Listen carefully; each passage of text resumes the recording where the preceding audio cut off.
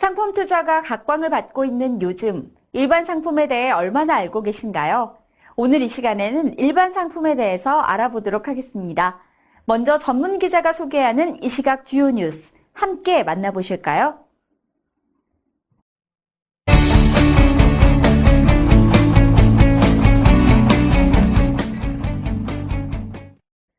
전 세계적으로 단행된 사상 유례없는 무제한 양적 완화가 큰 효과를 보지 못할 것이라는 우려가 현실화되면서 다시 골드러시 열풍이 강하게 휘몰아치고 있습니다.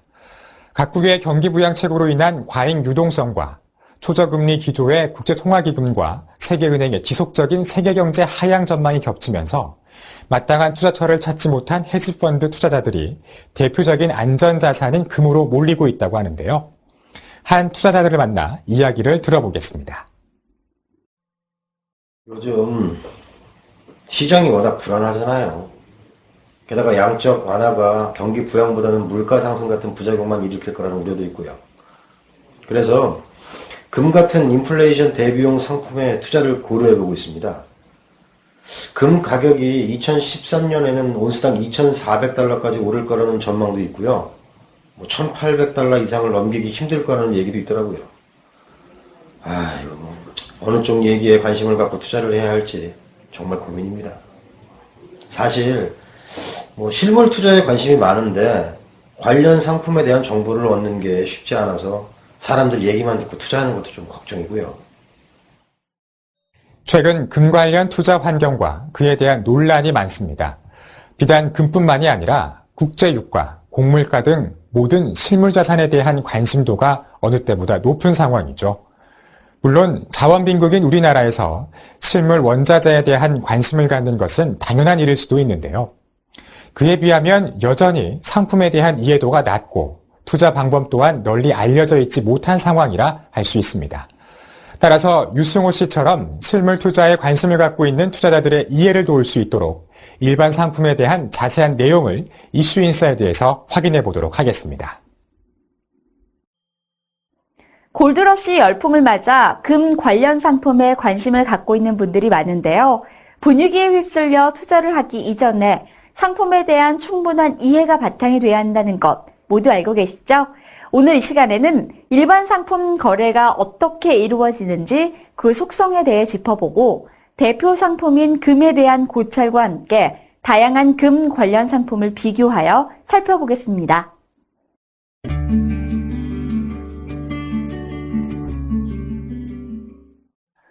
투자자 입장에서 실물 거래는 품질 문제, 보관 비용, 세제 문제, 안전 문제 등 그런 재반 문제점이 너무나 많아 실물 투자로는 맞지가 않습니다. 따라서 상품 투자의 경우 금융화 상품화 시켜 투자하는 것이 일반적인데요.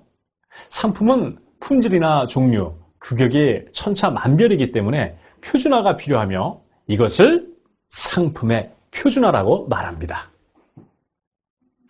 즉, 표준에 가까운 실물 상품을 표준품으로 정하고 이를 거래하며 비표준품은 표준품의 가격을 기준으로 더하고 빼서 가격을 결정하는 것입니다. 이러한 상품의 표준화는 각국의 정부기관이나 공인된 기관 또는 선물거래소에서 만드는데 선진국의 경우 대부분 선물거래소에서 거래도 되고 가격도 공표되고 있습니다.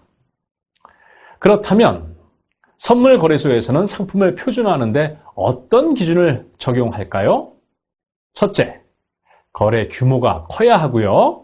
둘째, 가격 변동이 커야 하며 셋째, 정형화되기 쉬운 것이라야 하겠습니다. 그리고 마지막으로 저장 기술이 발달했지만 원료의 성질이 잘 변하지 않는 것이어야 합니다. 표준화된 상품의 품질이 변하면 안 되겠죠? 대표적인 예가 바로 철입니다. 철은 쉽게 부식되어 녹슬기 때문에 표준화시켜 거래시키기가 적당하지 않을 수 있습니다. 자, 이어서 실물거래의 기준 가격에 대해서 예를 들어서 살펴보겠습니다. 아마 신문이나 방송 매체에서 다음과 같은 표현을 많이 접해보셨을 텐데요. 여기서 뉴욕 상업거래소는 미국의 대표적인 선물거래소이고 WTI는 대표적인 유전이며 12월 인도분은 인수도되는 시점을 기준으로 한 상품을 뜻합니다. 즉, 국제원유 기준가는 유전과 품질에 따라 모두 다르지만 뉴욕 상업거래소가 WTI를 국제원유의 표준 원유 상품으로 정해서 거래시키고 있으며 기타 유전의 원유는 이 표준품의 기준에 따라 프리미엄 또는 디스카운트로 거래되고 있는 것입니다. 그리고 항상 인도월이 붙게 되는데 이는 원유 실물 가격이 얼마인지 묻는 것보다는 뉴욕 상업거래소 WTI 1월분 가격이 얼마인지 또는 대륙간 거래소 북해산 2월분 가격이 얼마인지 물어야 정확한 대답을 기대할 수 있다는 것입니다. 예를 하나 더 들어보겠습니다. 돼지고기의 수입 경로를 살펴보면 다음의 경로를 거치게 되는데요. 미국 축산 농가 가격을 알아볼 경우 산지 가격이 각각 다르고 기준가가 없다면 축산 농가에서 부르는 게 값이 될 수 있습니다. 하지만 간단하게 시카고 상업거래소, 즉 CME 선물 돼지고기 12월 인도분 가격에 프리미엄이 얼마인지 묻는다면 바로 답을 얻을 수 있겠죠. 실제 대규모로 거래하는 무역상들은 선적도 기준으로 얼마인지, 인천 도착도는 얼마인지를 물어 가격을 내고합니다. 즉, CME 12월 인도 선물 가격에 선적도 수송비와 도착도 수송비 등을 합산해 세부적으로 가격을 내고하는 것입니다. 자, 이어서 상품거래, 금융거래화에 대해 이야기를 해보겠습니다. 최근 채권, 주식 외에 상품 투자도 많이 이루어지고 있는데요. 상품 관련 펀드나 ETF 등 다양한 상품이 나와 있으며 이러한 상품 투자의 기준가는 통상 선물거래소의 최근 인도 월물의 상품 가격을 바탕으로 합니다. 실물 거래를 하지 않는 일반 투자자는 일단 프리미엄 디스카운트를 알 필요 없이 표준품에 투자를 하게 되고 이러한 투자 손익은 모두 선물거래소의 표준품 가격을 기준으로 한다는 것이죠. 그리고 이러한 대부분 투자 상품들의 특성은 실물이 오고 가지 않고 돈만 오고 간다는 측면에서 모두 금융거래 또는 페이퍼 거래라고 합니다. 투자자 입장에서 굳이 재반 비용을 들여가며 실물을 인수도할 필요가 없는 것으로 다시 말해 종이거래인 것입니다.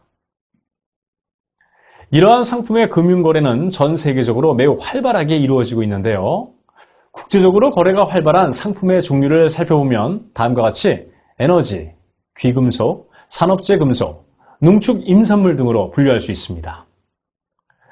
자원 빈국인 우리나라 한국거래소에서도 상품 관련 선물 등이 거래되고 있으며 그 밖에 다양한 노력들이 이루어지고 있습니다. 이미 휘발유 및 경유, 실물 거래가 거래되고 있고 금 선물, 미니 금 선물, 돈육 선물이 상장되어 거래되고 있습니다.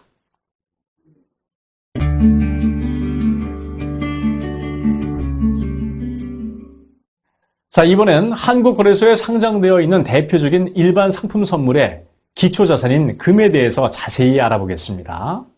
먼저 금이 인류 역사와 함께 어떤 의미를 갖고 있는지 얘기를 해보겠습니다. 금은 고온에서 가열 또는 용해를 해도 산화되지 않고 공기나 수중에서도 변치 않으며 쉽게 변형할 수도 없고 고유의 아름다움과 희소성, 이런 여러 가지 가치의 특수성으로 인해 다른 광물과는 달리 한 번 세상에 나오면 소멸되지 않고 대부분 다시 순환되는 독특한 특징이 있습니다. 이런 금의 속성은 BC 3600년경 이집트에서 최초로 생산된 이래 그 희귀성과 더불어 지금까지 인류 문명사에 지대한 영향을 미쳐왔습니다. 금은 인류 역사에서 시대마다 고유한 지위를 확보했으며 가치 척도의 수단으로서 생존 물자를 교환하는 매개체 역할을 충분히 해왔습니다. 금은 부의 상징물이자 축적 수단으로서 원자재인 상품으로서 통화로서 다양한 기능을 수행하며 인류 문화와 민족의 굴기, 국가의 존망 속에 깊숙이 자리하고 있습니다. 이는 금이 은과 더불어 인류 역사상 근본적인 가치를 유지한 거의 유일한 유형 자산으로 꼽히기 때문인데요. 다시 말해서 금과 은은 달러나 유로와 같은 통화가 아니라 그 자체로서 돈의 가치를 지닌 유일한 화폐로 금융제도에 속하지 않은 아주 유일한 금융자산이 되며 경제 격변과 전쟁, 테러리즘, 자연재해가 발생했을 때 가치가 상승한다고 믿고 있기 때문입니다. 실제로 글로벌 경제 위기가 지속되거나 금융시장의 변동성이 커질수록 금과 은은 달러화나 유로화 등 명목 화폐를 대체할 대안화폐로 각광을 받고 있습니다. 금에 대한 수요를 살펴보면 크게 산업용 수요, 가공 수요, 주얼리 수요, 그리고 투자 수요로 나눌 수 있습니다. 금은 전성과 연성이 높아 1g의 은이 1500m로 늘어나는 반면 금은 은의 2배인 3000m까지 늘어날 수 있으며 열 또는 전기 전도율이 매우 높고 부식에 대한 저항성이 크며 타 금속과의 접착력이 강한 특성이 있습니다. 산업용 수요는 이러한 금의 금속적인 특성을 치과용, 컴퓨터, TV, 반도체, 핸드폰, 우주항공의 통제체제 등 다용한 용도의 전기 접촉물과 전자장치 산업에서 이용하며 발생하는 수요를 의미합니다. 가공 수요는 동전이나 전자 또는 기타 산업에 소요되는 중간재와 금괴나 보석류에서 나온 금의 스크랩으로 일정 제품을 만드는 것으로 경기 호황기에 보석류와 금을 포함하는 제품의 수요가 증가할 경우 가공업 부분에서 금 수요가 증가하게 되는 것을 말합니다. 주얼리 수요는 잘 알다시피 귀걸이, 목걸이, 반지 등 보석이나 장식용에 쓰이는 수요를 말하죠. 다음으로 투자 수요는 금의 가치 저장 수단으로서의 역할을 나타내며 실질 금리, 인플레이션, 경제 성장률, 통화 가치, 국제 정치 및 경제 환경, 타 자산의 투자 수익률 등 여러 가지 요인에 의해서 결정된다고 할 수 있습니다. 오늘날 유럽의 재정 위기와 글로벌 경제 불안감으로 통화 공급이 증가하고 있고요. 이런 식으로 통화량이 계속 증가한다면 물가 상승은 지속적으로 발생할 수밖에 없으며 물가 상승을 견디는 데 적합한 안전자산인 금으로 투자 수요는 몰리게 되는 것입니다. 또한 미국의 1차, 2차, 3차로 이어지는 양적 완화로 미국 달러의 통화량이 증가함에 따라 지속적인 달러 가치 하락세로 중국, 인도, 브라질 등 신흥국의 각 중앙은행들이 외환 보유액 운용에서 달러화나 유로화 대신에 금 비중을 높이고 있습니다. 우리의 한국은행 또한 금 편입 비중이 1% 정도지만 그 비중을 높이고 있는 상황이죠. 이어서 금의 공급은 광산 채굴에 의한 공급, 산업용 스크랩과 금화나 보석의 용해 등에 의한 스크랩 공급, 또한 외환사정과 국제수지 상황에 의한 각 중앙은행과 정부기관, IMF 등의 매각에 의한 공급으로 나눌 수 있습니다. 금의 수요와 공급에 있어 수요의 가격 탄력성이 매우 민감한 데 비해 공급의 가격 탄력성은 매우 낮은 특징이 있습니다. 금 공급의 약 70%를 차지하는 채굴되는 금의 품위가 지속적으로 낮아져 금 생산량이 정체 또는 소폭 하락하는 추세에 있으며 각국의 중앙은행들도 금 매도 제한 협정을 맺어 향후 금 매도가 줄어들고 오히려 금 보유를 확대하고 있는 상황입니다. 금의 수요와 공급 상황에 이어 국제적인 금 시세에 대해서 알아보겠습니다. 국제 금 시세 표준은 런던 귀금속 시장 협회인 LBMA에서 호가하는 스팟 시세, 엄밀히 말해서 만기가 영업일 뒤인 선물, 즉 보통 현물로 온스당 미국 달러화로 표시합니다. 금 선물 시세는 거래소 이름과 인도월로 전달해야 정확한 가격 표기가 되며 금 선물 시세와 LBMA 스팟 시세는 만기가 상이하고 순도에 다소 차이가 있어 이자 부분 정도의 가격 차이가 납니다. LBMA 스팟 시세는 전 세계 실물 거래의 기준가가 되고 전 세계 골드뱅킹, 금펀드, ETF 등 투자 상품의 참조 가격이 되며 이 가격을 기준으로 해 부가세 등 세제, 환율, 금융비용, 보관비용, 실물 마진 등 제반 비용을 감안하고 순도와 중량 등을 고려해서 특정 실물 금 가격을 산출하게 됩니다. 귀금속의 경우 현재 금의 품위를 나타내는 단위로 캐럿을 쓰는데요. 24캐럿은 100% 순금을 지칭하며 대부분 99.99%라는 형식으로 금의 품위를 나타내는데 퍼센트를 쓰고 있습니다. 투자하는 금괴에는 중량, 순도, 고유번호, 브랜드 이름, 생산자 이름, 제조 연월 등의 주요 사항이 기록되어 있으며 가장 중요한 중량과 순도에 따라 품질의 진위가 가려지고 가격 차이가 발생합니다. 우리나라 금시세는 LS 니코 동재련 등의 생산자와 각 금도매업체에서 LBMA 스팟 시세와 환율을 적용하고 여기에 각종 세제 및 제반 비용을 감안해 하루에 1에서 2회 가격을 그램당 원화로 고시하고 있습니다. 자, 그럼 동네에서 돌반지 가격이 어느 정도인지 대충 파악할 수 있게 되는 것이죠. 각 선물 거래소에서도 국제 금시세를 살펴볼 수 있도록 정보를 제공하고 있는데요. 다음 사이트를 참조하시기 바랍니다.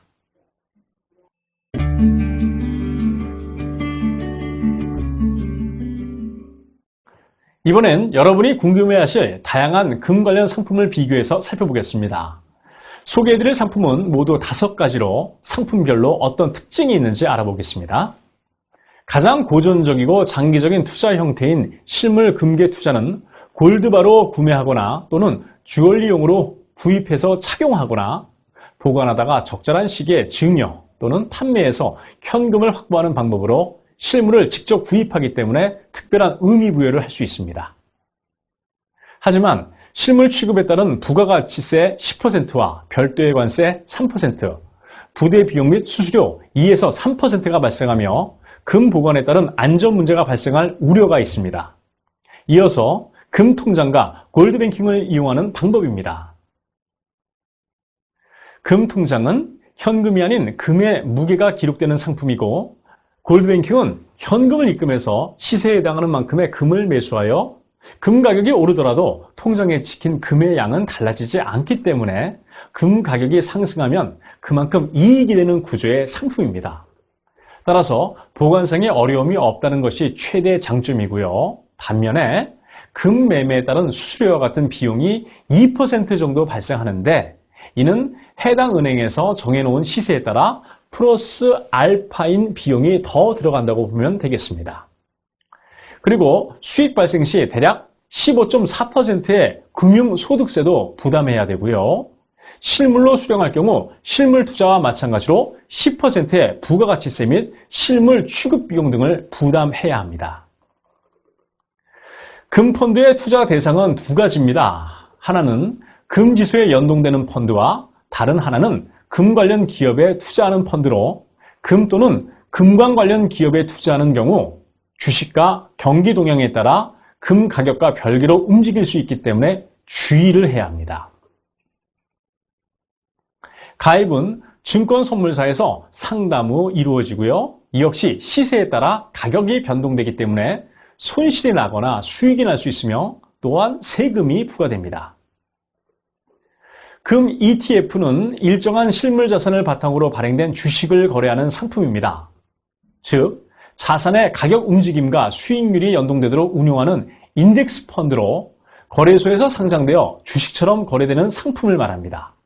따라서 개별 주식처럼 편리한 매매를 할 수 있고 일주 단위로 거래가 가능합니다. 또한 HTS로 직접 거래를 하며 세금 부분에서는 부담이 적은 장점이 있습니다. 현재 한국거래소에는 미국과 영국 증시에 상장된 4개 금 ETF에 투자하는 재간접 펀드나 뉴욕 상업거래소 금 선물을 기초자산으로 하는 ETF만 상장되어 있고 실물을 기초로 하는 금 ETF는 아직 없습니다. 마지막으로 금 선물은 선물거래소에 표준화된 금을 거래하는 방법입니다. 선물 거래의 경우 가격의 상승과 하락에 대해 양면적으로 이익을 추구할 수 있기 때문에 다른 상품의 대체제인 동시에 보완제로서의 성격을 갖고 있는 것이 특징입니다. 즉, 금 선물 대신 골드뱅킹이나 ETF에 투자하는 것은 대체제로서 작용을 하지만 투자 시 거래의 기준이나 참조 가격은 선물로 할 것이며 이미 투자되어 있는 실물 자산이나 골드뱅킹, ETF 투자 자산에 대한 가격 하락 위험 시 위험 관리는 선물 거래를 통해 하는 측면에서 보완 관계가 됩니다. 금 선물 거래에 대한 보다 자세한 내용은 다음 차시에서 다시 설명을 하도록 하겠습니다. 다음은 지금까지 살펴본 국내의 주요 금 관련 상품을 비교한 표인데요. 골드뱅킹은 기업은행의 원클래스 금 적립 예금을, 금펀드는 한국투자신탁 골드 특별자산펀드를 기준으로 하고 있습니다. 자, 지금까지 일반 상품 거래가 어떻게 이루어지는지 그 속성을 알아보았고요. 금의 역사적 배경과 특징, 그리고 금 관련 상품에 대해서 알아보았습니다. 금 관련 상품에 관심을 갖고 있는 분들은 각 상품을 비교 분석해 알맞은 상품을 선택하시기 바랍니다. 하지만 일반 상품이나 금은 가격 변동성이 커서 투자 시 손실 가능성이 클 수 있으므로 반드시 전문가의 조언을 얻어 거래하는 것에 바람직하다는 점 꼭 유념하시기 바랍니다. 이제 일반 상품에 대해 모두 이해가 되셨나요? 오늘 내용을 다시 한번 정리해보면서 이 시간을 마무리하겠습니다. 일반 상품 거래는 선물거래소의 표준화를 통해 기준 가격이 만들어지고 기준 가격을 바탕으로 실물 거래가 일어나며 상품 투자의 수익률이 결정됩니다. 또한 상품 투자 거래는 대부분 실물 투자보다는 금융거래 형태로 일어납니다. 금은 변하지 않는 속성으로 인간이 갖고 싶은 투자 대상이며 수요의 가격 탄력성이 매우 높은 데 비해 공급의 가격 탄력성은 매우 낮은 상품입니다. 국제금시세는 LBMA의 스팟 시세를 표준으로 하며 각 선물거래소의 홈페이지에서도 확인이 가능합니다. 다양한 금 관련 상품의 비교 분석을 통하여 상품을 선택할 수 있으며 그중 선물 상품은 다른 상품의 대체제이면서 보완제 역할을 할 수 있습니다. 그러나 금은 가격 변동성이 커서 투자 시 손실 가능성이 클 수 있으므로 반드시 전문가의 조언을 얻어 거래하는 것이 바람직하다는 점 꼭 유념하십시오. 지금까지 일반 상품에 대해 알아봤고요. 다음 시간에는 일반 상품 선물에 관한 내용을 준비하여 찾아뵙겠습니다.